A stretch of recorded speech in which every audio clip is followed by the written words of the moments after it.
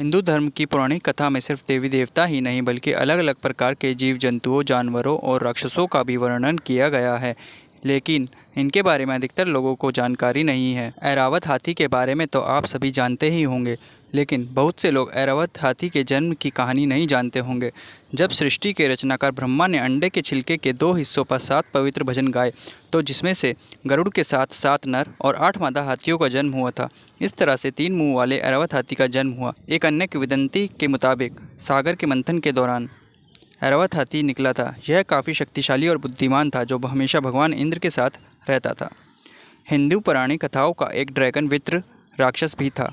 यह राक्षस दुर्भाग्य का राक्षस माना जाता था।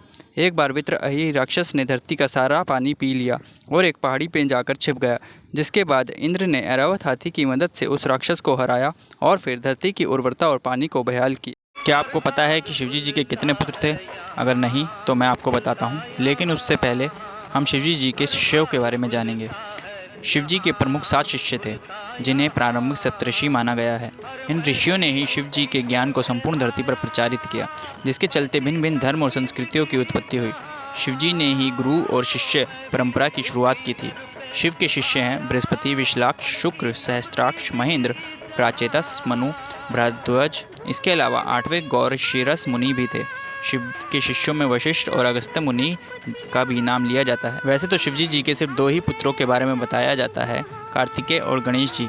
लेकिन भगवान शिव ने पार्वती से विवाह करने के बाद कार्तिकेय नाम का एक पुत्र प्राप्त किया। गणेश जी माता पार्वती के उपटन से बने थे। सुकेश नामक एक अनाथ बालक को उन्होंने पाला था। जलंधर शिव के तेज से उत्पन्न हुआ था। अयप्पा शिव और मोहिनी के संयोग से जन्मे थे। भूमा उनके ललाट के पसीने की बूंद से जन्मे थे।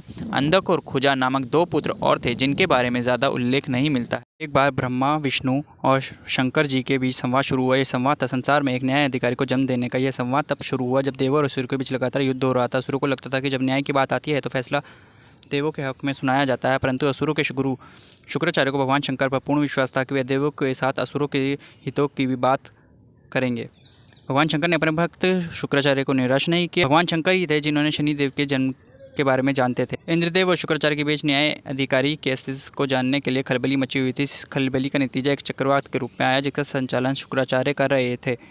शुक्राचार्य को मोहरा बनाते हुए इंद्रदेव ने एक षड्यंत्र रचा। इस चक्रवात के लिए इंद्रदेव जिम्मेदार थे, जिन्होंने असुर के गुरु शुक्राचार्य को उकसाया। इस चक्रवात की चपेट में शनि की माता छाया आ गई, जिससे शनिदेव नाराज हो गए और उन्हें अपनी शक्तियों का बोध हो गया, जिससे उन्होंने अपनी माँ को बचा लिया। इसके बाद सूर्यदेव चक्रवात से क्रोधित हो गए। उन्होंने शुक्राचार्य और इंद्रदेव को सूर्यलोक में बुलाया, जहाँ पर चक्रवात के दोषी को दंड देकर न्याय दिया जाना था। लेकिन शुक्राचार्य की बात सुने बिना सूर्यदेव ने शुक्राचार्य को दोषी करार दे दिया। इसको देखते हुए शनिदेव वहाँ प्रकट हो गए। उन्होंने न्याय अधिकारी के रूप में उचित न्याय किया। उन्होंने सभी को बताया कि चक्रवात के असली दोषी शुक्राचार्य नहीं, पितु इंद्रदेव हैं। शनिदेव की यह बात सुनकर वहाँ मौजूद सभी देवता और शुक्राचार्य चकित रह गए। शनिदेव ने कहा कि न्याय सबके लिए बराबर होता है, चाहे देव हो या असुर। अंत में देवताओं को शनिदेव के आगे झुकना ही पड़ा।